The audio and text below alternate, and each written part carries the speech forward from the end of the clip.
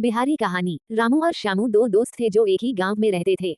वे दोनों बचपन से ही एक दूसरे के साथ खेलते कूदते बड़े हुए थे। जैसे जैसे वे बड़े हुए उनकी दोस्ती और भी गहरी होती गई।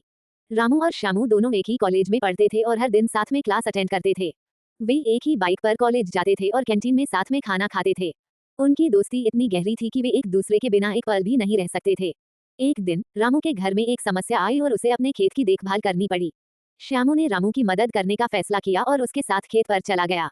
दोनों दोस्तों ने साथ में काम किया और रामू के खेत को फिर से हरा भरा बना दिया। रामू और श्यामू की दोस्ती ने साबित कर दिया कि सच्चे दोस्त हर मुश्किल में एक दूसरे के साथ खड़े रहते हैं। वे दोनों एक दूसरे के साथ रहते थे और उनकी दोस्ती और भी मजबूत होती गई। वे एक दूसरे के लिए सब कुछ करने को तैयार रहते थे और उनकी दोस्ती ने उन्हें कभी निराश नहीं किया। दोनों दोस्तों ने साथ में कई पल बिताए और उनकी दोस्ती ने उन्हें पाठशाला। गांव के छोटे से गली में स्थित पंडित जी की पाठशाला में आज बच्चों का हुजूम उमड़ पड़ा था।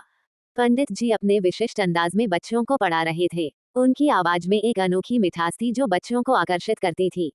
पंडित जी ने सबसे पहले बच्चों को हिंदी के अक्षर सिखाए। उन्होंने बड़े ही रोचक तरीके से अ से ज्ञ तक के अक्षरों को समझाया। बच्चे बड़े ही ध्यान से सुन रहे थे और उनके साथ साथ अक्षरों का उच्चारण भी कर रहे थे। इसके बाद पंडित जी ने बच्चों को गणित की बुनियादी बातें सिखाईं। उन्होंने बच्चों को जोड़, घटाव, गुणा और भाग की विधि समझाई। बच्चे बड़े ही उत्साह से सवाल हल कर रहे थे और पंडित जी उनकी प्रशंसा कर रहे थे। पाठशाला में एक छोटा लड़का था जिसका नाम मोहन था। वह बहुत ही मेधावी था और पंडित जी का चहेता था। पंडित जी ने मोहन को एक विशेष कार्य दिया था जिसमें उसे एक कविता लिखनी थी।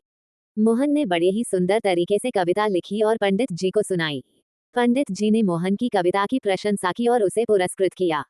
इस तरह पंडित जी की पाठशाला में बच्चों को शिक्षा के साथ साथ संस्कार और मूल्य भी सिखाए जा रहे थे। पंडित जी का उद्देश्य था कि उनके छात्र न केवल पढ़े लिखे हों